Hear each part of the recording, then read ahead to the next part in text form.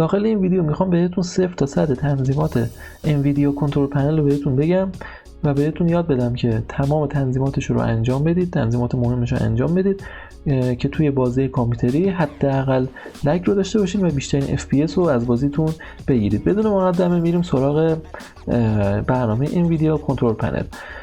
اگه برنامه انویدیا کنترل پنل رو ندارید که محال نداشته باشید، اگه کارت گرافیکتون انویدیا هست کافیه که داخل گوگل عبارت انویدیا کنترل پنل رو سرچ بکنید و توی لینک اول میرید داخل سایت انویدیا، وارد سایت انویدیا بخش انویدیا کنترل پنل که شدید، روی این لینک دانلود لیتست انویدیا درایورز رو میزنید، وارد بخش درایور هاتون میشید. دو تا حالت داره، یا میتونید منوالی سرچ بکنید، یعنی دستی مدل لپتاپتون رو اینجا وارد بکنید، بعد لیستش اینجا میاد و دانلود رو انجام میدید، یا اینکه شما میتونید اینجا نوشته Get Automatic Driver Updates که اگه روی این گیمرز کریئتورز بزنید به صورت اتوماتیک میگرده روی سیستمتون و مطابق کارت گرافیکی که دارید اتوماتیک وار درایور رو براتون دانلود میکنه که به همراه دانلود درایور برنامه انویدیا کنترل پنل هم دانلود میشه. خب ما فرض رو بر این میگیریم که شما برنامه انویدیا کنترل پنل رو دارید و میخواید باش کار بکنید. روی فضای خالی توی دسکتاپتون رایت کلیک میکنید و گزینه انویدیا کنترل پنل رو میزنید. وقتی که این برنامه باز بشه یک دنیا ستینگ و تنظیمات داره که همش اصلا مهم نیست. اونایی که مهمه رو من بهتون دونه دونه میگم که فقط روی اونا کار بکنید و بتونید اونا تنظیم کنید که روی FPS بازیتون هم تاثیر میذاره. خب ببینید توی قسمت 3D settings از بالا دست چپ 3 تا گزینه داریم. از گزینه اول یعنی Adjust Image Settings شروع میکنیم.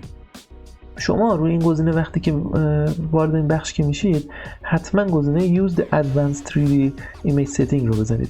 بذارید بهتون توضیح بدم. اگه روی گزینه اول میذارید خب تنظیمات کارت گرافیک برنامه و تنظیمات گرافیکی خود اون بازی رو بر عهده اون برنامه یا اون بازی میذارید. یعنی مثلا شما رفتین توی بازی رد مثلا و بدون انجام هیچ تنظیمات گرافیکی پلی رو میذارید میرید توی بازی، بر اساس اون ستینگی که بر اساس اون قطعاتی که توی سیستمتون به کار برده شده، اون کارت گرافیک رم یا هر چیزی میسنجه و بهترین کانفیگ و تنظیمات رو خودش اتوماتیک میچینه که پیشنهاد نمیکنم از این گزینه استفاده بکنید. هرچند ما بتونیم شخصی سازی بیشتری توی دستکاری بیشتر و شخصی سازی بیشتری روی تنظیمات داشته باشیم خروجیمون هم خیلی بهتر میشه.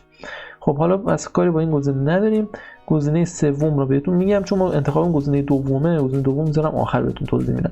گزینه سوم اگه بزنید با استفاده از این اسلایدر که چپ و راست میشه، هر چقدر این دستگیره به سمت پرفورمنس بره گرافیک بازی کم میشه ولی عوضش بار گرافیکی کمی روی کارت گرافیک و سی پی یو وارد میشه و در نتیجه بازیتون روونتر اجرا میشه. ولی وقتی که روی کوالیتی برید و به سمت کوالیتی حرکت بکنید برعکس این قضیه اتفاق میفته، یعنی گرافیک اون بازی زیاد میشه ولی ممکنه لگ و کندی توی اون بازی رو احساس بکنید. پس با این هم کاری نداریم، میذاریم گزینه دوم یعنی Use the Advanced 3D Image Setting، یعنی خودمون بتونیم تنظیمات رو هر طوری که دلمون خواست انجام بدیم. از این بخش رد میشیم میریم توی بخش دوم یعنی Manage 3D Settings. خب ببینید اینجا من به طور پیش‌فرض به ویندوز هم دستور دادم که به محض اینکه بالا میاد از کارت گرافیک اصلیم استفاده بکنه. اگه شما اینجا گزینه نمیبینید به خاطر اینکه من اینجور تنظیم کردم که این گزینه نیاد. این گزینه چیه؟ گزینه میگه که آقا به برنامه دستور بده که از چه کارت گرافیک استفاده بکنه. ما 2 تا کارت گرافیک داریم، یکی کارت گرافیک آنبورده بهش میگن کارت گرافیک اینتلی. کارت گرافیک های اینتل به صورت آنبورد یعنی از قبل تعبیه شده، از قبل نصب شده روی سیستمتون وجود دارن که کارت گرافیک بسیار ضعیفی هستن در حد اینکه دیسپلی کامپیوترتون رو نشون بدن. ولی گزینه دوم مربوط به انتخاب کارت گرافیک اصلیتونه که پیشنهادم اینه که حالا گزینه دوم بزنید. حالا من این گزینه ها رو توی برنامه به نام لنوو ونتیج تغییر دادم. اگه لپتاپتون لنووه و اگه دوست داشتید میتونید توی کامنت ها به پیام بدین که اون برنامه رو بهتون توضیح بدم. حالا کاری با این قضايا ما اصلا نداریم. از گلوبال ستینگز میگذریم. هیچ وقت اینجا چیزی رو دست نزنید تو سربرگ گلوبال ستینگز. گلوبال ستینگز یعنی تنظیمات سراسری که توی ویندوز میخواد اعمال بشه، یعنی هر کدوم از اینا رو اعمال بکنید توی همه برنامه اعمال میشه. پس میریم سراغ پروگرام ستینگز. اینجا جایی که شما اگه بازیتون لگ داره باید بازیتون رو اد بکنید. ببینید اینجا select program to customize میاد. من مثلا بازی بتلفیلد رو یا خیلی از بازی دیگر رو اینجا قرار دادم و میتونم دونه دونه روشون ستینگامو اعمال بکنم. اگه بازیتون توی این لیست کشویی نبود دکمه اد رو میزنید. وقتی که اد رو زدید باز هم یک عالمه برنامه براتون میاره. اگه باز هم توی این لیست برنامه‌تون نبود براوز رو میزنید و خودتون لوکیشن اون بازی یا برنامه‌تون رو پیدا میکنید و اوپن میزنید و اینجا اد میکنید. خب حالا اون فرض رو برای میگیریم که مثلا بازیتون رو انتخاب کردید و میخواید تنظیمات گرافیکیش رو انجام بدید. از گزینه اول من شروع میکنم به توضیح دادن. ببینید ایمیج اسکیلینگ چیه؟ ایمیج اسکیلینگ یک گزینه‌ای که زیاد کاربردی نداره برای شما. حتی برای کسایی که سیستم قوی دارن اصلا توصیه نمیشه که استفاده بکنن، چون الکی بار پردازشی زیادی روی سیستم میندازه. میاد جزئیات و مقیاس و در نهایت همون رزولوشن بازی رو زیاد میکنه. خب یعنی رزولوشن یعنی تعداد پیکسل هایی که دور هم تشکیل شده و اون صفحه رو به شما نشون میده دیگه. هر چقدر تعداد این پیکسل ها بیشتر باشه، حالا طول و عرض داره، اون خروجی کارتون خیلی با کیفیت در میاد. ولی من بهتون توصیه میکنم که اصلا اینو دست نزنید.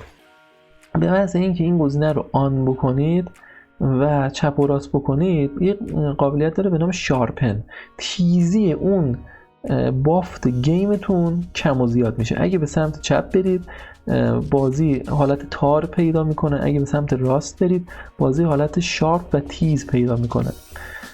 به نظر من اصلا با این کار نکنید، ولی اگه دوست دارید ببینید واقعا چه تغییراتی اتفاق میفته میتونید با این اسلایدر کار بکنید و خروجی خودتون ببینید، ولی به نظر من همون آف باشه بهتره. گزینه دوم ambient occlusion هست. ببینید ambient occlusion به سایه های کناری اشیا توی بازی ها گفته میشه. مثلا یه بازی در نظر بگیرید شما توی یک هال هستید، توی یک خونه هستید وسط یه سالن. خب مثلا یه میز دارید، یه بشقاب دارید، عکس قاب شده روی دیوار دارید، یک سری اشیا دارید که توی خونه هستن مثل پنکه، حالا هر چیزی.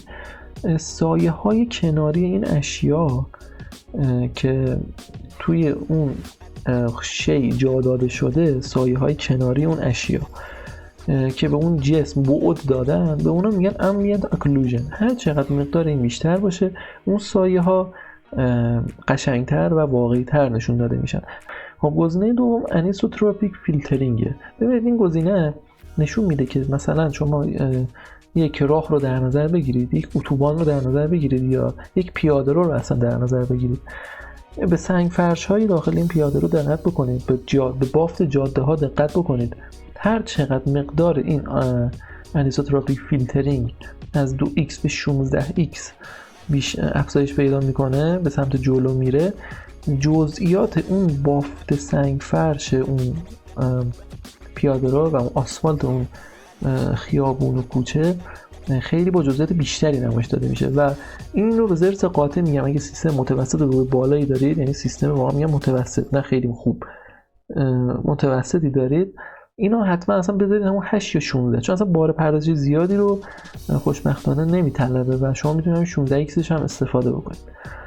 گزینه بعدی آنتی الیزینگ حالت FXAA. آنتی الیزینگ اینا اسم قلمه سلمه‌ای دارن ولی توضیحاتشون خیلی راحته. حالا من با آوردن این سری عکس توی ویدیو بهتون کمک میکنم که درک راحت‌تری روی این مسائل داشته باشید. آنتی الیزینگ تیزی اجسام توی بازی رو نشون میده. مثلا شما یک ساختمون رو در نظر بگیرید، نوک اون ساختمون توی اون بازی ممکنه تیز باشه، ولی در واقعیت یک نوک نرمی رو ما تو دنیای واقعی میبینیم از یک ساختمون، نه یک تیزی دندونه لبه‌دار خشن سفت.